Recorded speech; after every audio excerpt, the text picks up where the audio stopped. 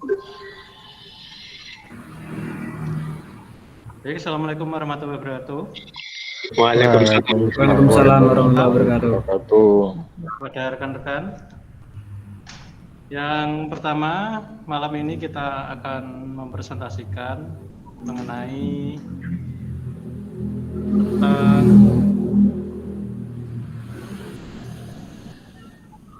materi yang akan disampaikan Pak Rohib tentang apa nih ini Pak? Kemerdekaan ya? Pendidikan yang memerdekakan. Oh iya, pendidikan yang memerdekakan akan disampaikan sama Pak Rohib. Silakan Pak Rohib untuk bisa mempresentasikan hasilnya. Oke, terima kasih teman-teman. Tetapi sebelum itu, mari kita berdoa, menunjukkan kepala sejenak, memohon pada Tuhan Yang Maha Esa. Semoga dalam pertemuan ini kita tetap diberikan kelancaran dan diberikan kemudahan. Menurut agama dan keyakinan kita masing-masing, berdoa mulai.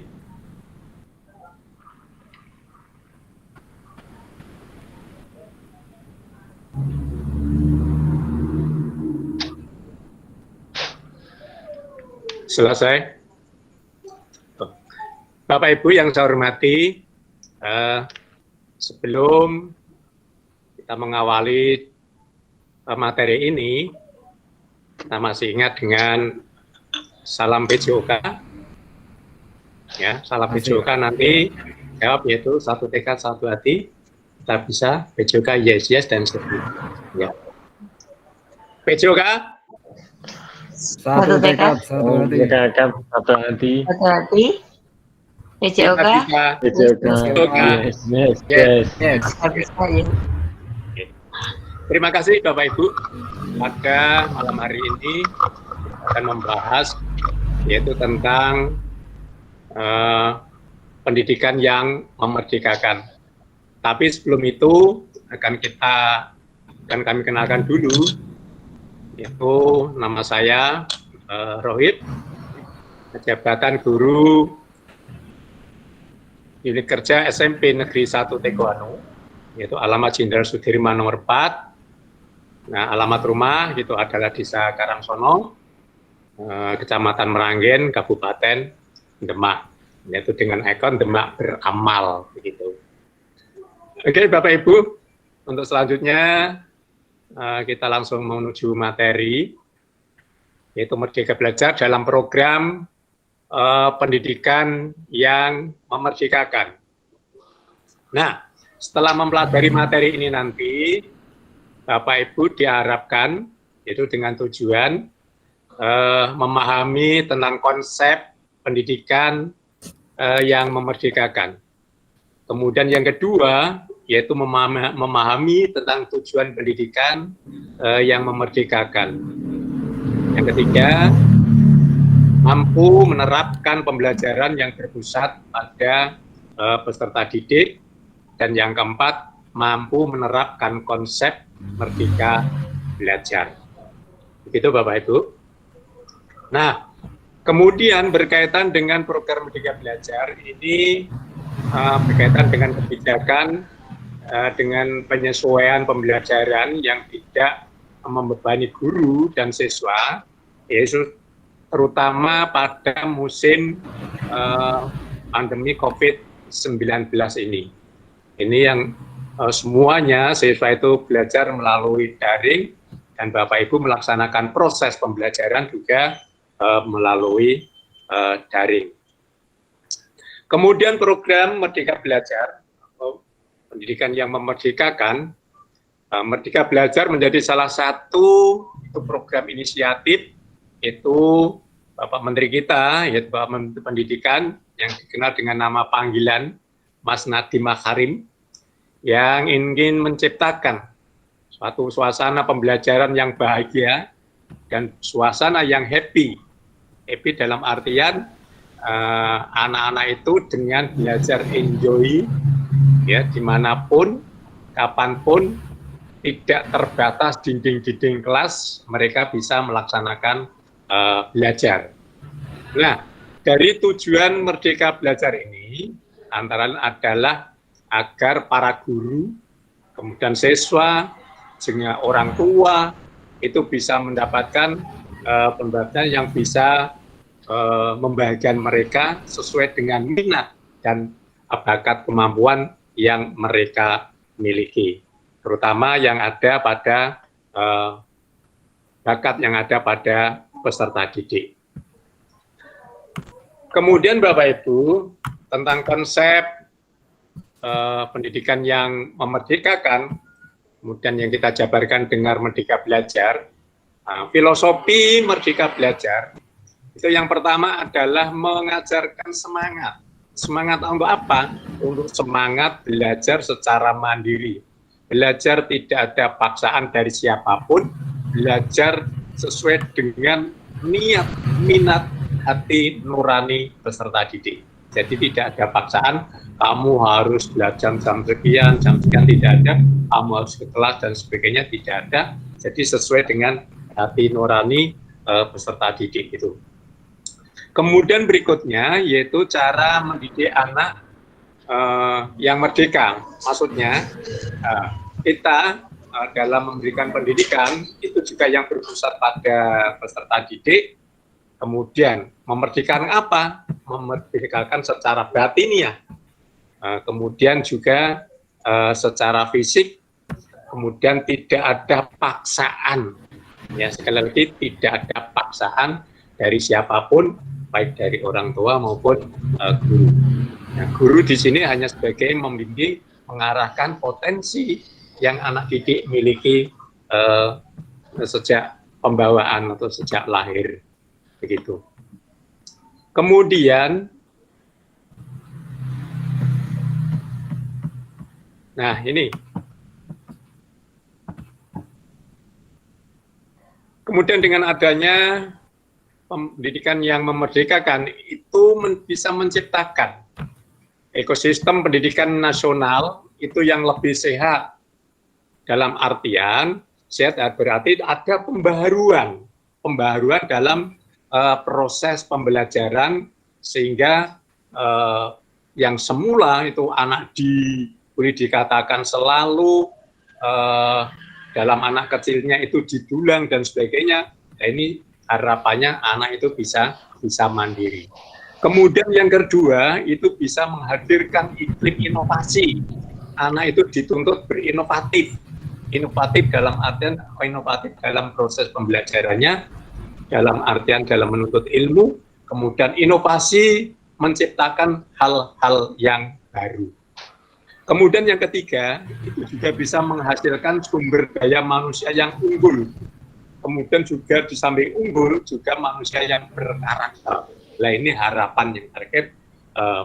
Kadang-kadang saya sebagai seorang guru, menekankan pada peserta didik, saya itu lebih suka anak berkarakter daripada anak pinter.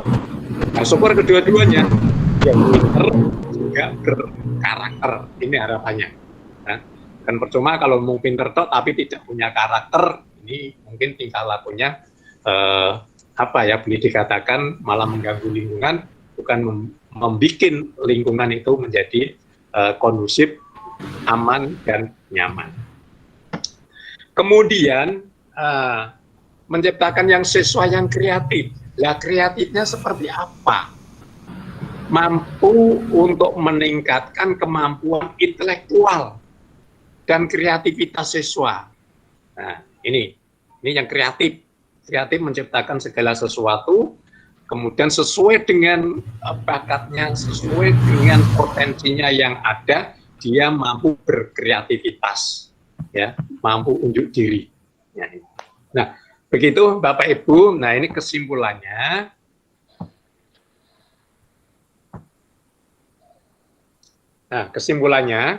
Nah, program pendidikan yang memerdekakan atau Merdeka Belajar itu mengandung makna yang mendalam, yakni mengajarkan semangat dan cara mendidik anak untuk menjadi manusia yang merdeka merdeka secara batin, juga merdeka secara pikiran, juga merdeka secara fisik. Ini yang dimaksud dengan pendidikan yang memerdekakan, kemudian diimplementasikan dengan merdeka belajar. Nah, tantangannya apa? Nah, ini tantangannya. Tantangannya pelaksanaan program ini terjadi yaitu dengan proses pembelajaran daring, ya.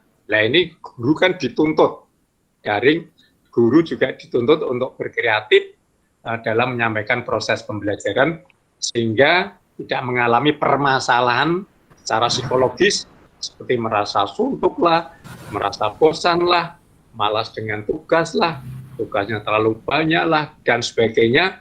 Kemudian yang terakhir, dengan adanya pembelajaran yang merdeka ini, anak-anak semakin bersemangat, kemudian tidak merasa cemas, kemudian juga membutuhkan hiburan dengan slide-slide yang sangat menarik dari seorang pendidik, kemudian juga sangat diharapkan merindukan teman-temannya lewat mungkin Zoom meeting dan seterusnya, karena selama ini terutama dalam musim COVID pandemi ini kita dibatasi untuk istilahnya berkumpul, berkerumunan dan sebagainya.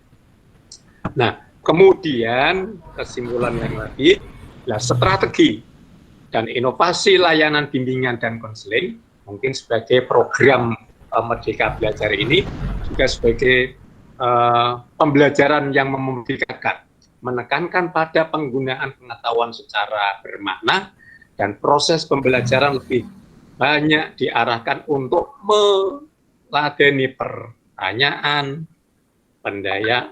pandangan siswa tentang belajar, kemudian yang dilakukan secara online dan seterusnya. Kemudian guru bisa berinovasi dengan model-model pembelajaran yang dirancang oleh guru itu sendiri. Demikian Bapak Ibu yang dapat saya sampaikan. Mungkin dari Bapak Ibu ada yang perlu dikonfirmasikan, yang perlu ditanyakan. Mari dalam diskusi pada malam hari ini kita bisa saling memberikan tanggapan, memberikan masukan demi perbaikan.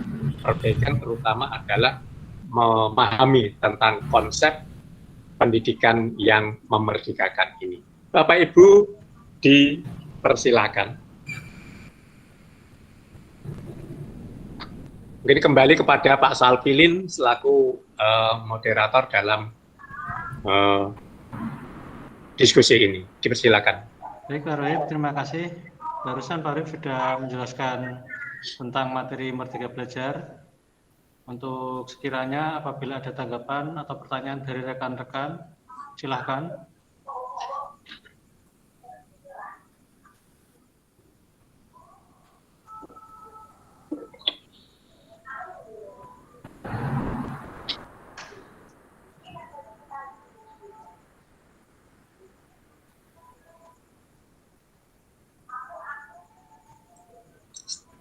Silakan Bapak Ibu, mungkin ada masukan, ada tanggapan, atau mungkin konfirmasi dengan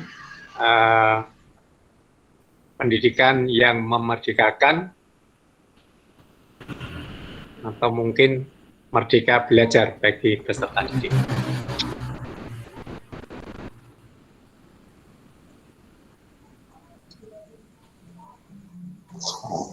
Baik, mungkin dari saya Pak Rohib. Dipersilakan Bu Monik. Ini kan ya tadi saya juga mendengar ya, untuk di masa pandemi ini bagaimana Pak untuk menyikapi menerapkannya di sekolah? Apakah sudah bisa diterapkan atau belum di masa pandemi ini? Oke. Terima kasih. Terima kasih Bu Monik. Pertanyaan yang luar biasa berkaitan dengan proses pembelajaran. Ini di sekolah kami, Bu, sampai sejauh ini, sampai saat ini, anak-anak tetap belajar di rumah, tetap lewat daring. Kemudian Bapak Ibu Guru itu menyampaikan materi, tugas, dan sebagainya, itu melalui Google Classroom, juga pakai Zoom Meeting. Itu yang biasa digunakan oleh Bapak Ibu Guru, kemudian untuk tagihannya juga bisa lewat Google Classroom, juga lewat WA, dan lain-lain. Yang jelas anak-anak tidak diperbolehkan untuk datang ke sekolah kecuali ada hal-hal yang sangat penting, tetapi tetap diantarkan oleh orang tua. Mereka tidak boleh untuk berangkat ke sekolah sendiri. Begitu, Ibu, berkaitan dengan pembelajaran berkaitan masa pandemi ini, itu yang berlaku di sekolah kami. Atau mungkin dari teman-teman yang lain mau bisa menanggapi, menambahkan, dipersilakan.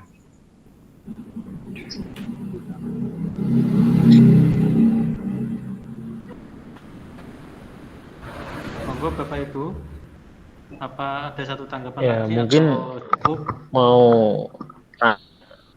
Mungkin mau tanya kalau kendala yang terjadi di situ sendiri mengenai daring ini gimana, Pak? Ya, terima kasih. Untuk kendala, luar biasa sangat kompleks itu, banyak sekali kendalanya. Kalau di sekolah kami itu dengan adanya pembelajaran daring ini menerapkan ada yang istilahnya dengan guling, guru keliling. Ini berkunjung ke rumah peserta didik yang sama sekali kok tidak ada tanggapan untuk mengirimkan tugas dan sebagainya, itu akan dikunjungi. Nah, kendalanya apa? Ternyata di sana, yang pertama itu HP 1 itu digunakan oleh satu rumah.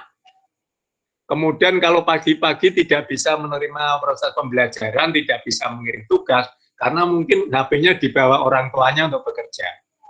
Ada juga yang HP 1 itu digunakan oleh kakaknya, kemudian adiknya, jadi bergantian. Itu kendala yang pertama. Kemudian yang kedua, juga kesulitan untuk sinyal. Karena di lingkungan kami itu ada desa-desa yang agak jauh ya, agak jauh dari kota kecamatan, sehingga untuk sinyalnya itu kadang-kadang susah mereka. Ya, ini. Kemudian di samping itu peserta didik gawenya itu tidak representatif, ya. Jadi HP-nya tidak bisa digunakan untuk mengikuti kegiatan pembelajaran secara Zoom, Google Classroom, dan sebagainya, sehingga mereka kesulitan. Nah, itulah kendala-kendala yang kami alami di lapangan. Tentunya memang sangat kompleks untuk kendala ini. Tetapi kami tidak patah semangat. Tetap terus berusaha untuk mencari peserta didik yang kesulitan untuk mengirimkan tugas, untuk menerima proses pembelajaran. Bahkan bagi anak-anak yang tidak bisa sama sekali, materi dan tugas itu kami kirimkan di rumah, Pak Bu, di rumah mereka. Ya, ini. Itu yang kami lakukan di sekolah kami. Makasih, Bapak. Baik, terima kasih Pak Rohib atas penjelasan. Untuk itu, sesi presentasi hari ini saya cukup sekian ya.